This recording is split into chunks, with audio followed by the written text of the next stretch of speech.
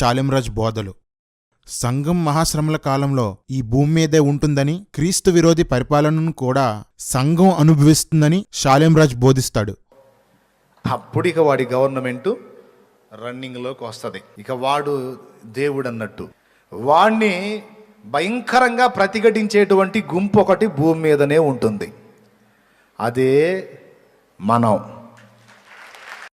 మెడలో సిలువ ధరించవచ్చు అని, అది తప్పేమీ కాదని ఈయన బోధిస్తాడు. సిలువ అంటే మెడలోనో లేకపోతే భుజం మీదనో సిలువ ధరించి తిరగమని కాదు, కానీ కొంతమంది ఇష్టంగా వేసుకుంటారు. నేనేం దానికేం అభ్యంతరపడను, ఎవరి ఆనందం వాళ్ళది. పడిపోయిన దేవదూతలు మాయా స్వరూపులని, వారు మగవారిగా ఆడవారిగా జంతువుగా కూడా మారగలరని ఈయన బోధిస్తాడు. వారు తలుచుకుంటే స్త్రీ వలె మారగలుగుతారు, పురుషుల్లాగా మారగలుగుతారు, ఒక జంతువులాగా మారగలుగుతారు. మాయా స్వరూపులు, వారు అనుకున్న రూపులోనికి వారు మార్పు చెందగలుగుతారు. ఆ ఛాన్స్ ఉంది వాటికి.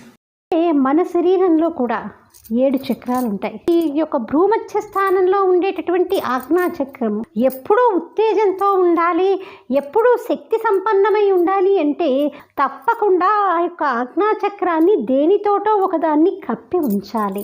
కాబట్టి అది కుంకుమతో కప్పి ఉంచాలి. కాబట్టి కొంతమంది కనుక చూస్తే వాళ్ళు ఏనుగులా ఉన్నవాళ్ళు పీనుగులా కూడా అయిపోతూ ఉంటారు. అంటే ఆ దృష్టి దోషం తగలకుండా ఉండాలి అంటే మనకి బొట్టు ఆకర్షిస్తుంది. ఎర్రటి బొట్టు పెట్టుకుంటేనే అందంగా కనిపిస్తుంది. అన్య సాంప్రదాయము మరియు అలంకరణకు సంబంధించిన బొట్టు వాక్య విరుద్ధం. కానీ వాక్య విరుద్ధమైన బొట్టును పెట్టుకొని సువార్త చేయవచ్చు అని షాలెంరాజ్ బోధిస్తున్నాడు.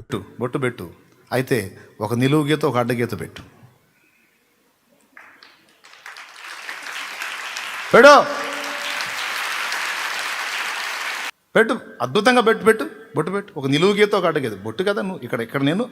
అయినా ఇలా చెప్పుకోవడం అనవసరం. ఎందుకంటే అక్కడ నేను దేవుని వాక్యాన్ని ఎలా వ్యాఖ్యానించాలో, ఎలా అర్థం చేసుకోవాలో మరి రంజీ తోఫీర్ గారు రాసినటువంటి పరిశుద్ధ దేవుని గూర్చిన జ్ఞానం అనే పుస్తకం అక్కడ నాకు బ్రదర్ ఇచ్చాడు. ఆ పుస్తకం తీసుకొని దాన్ని చదివా.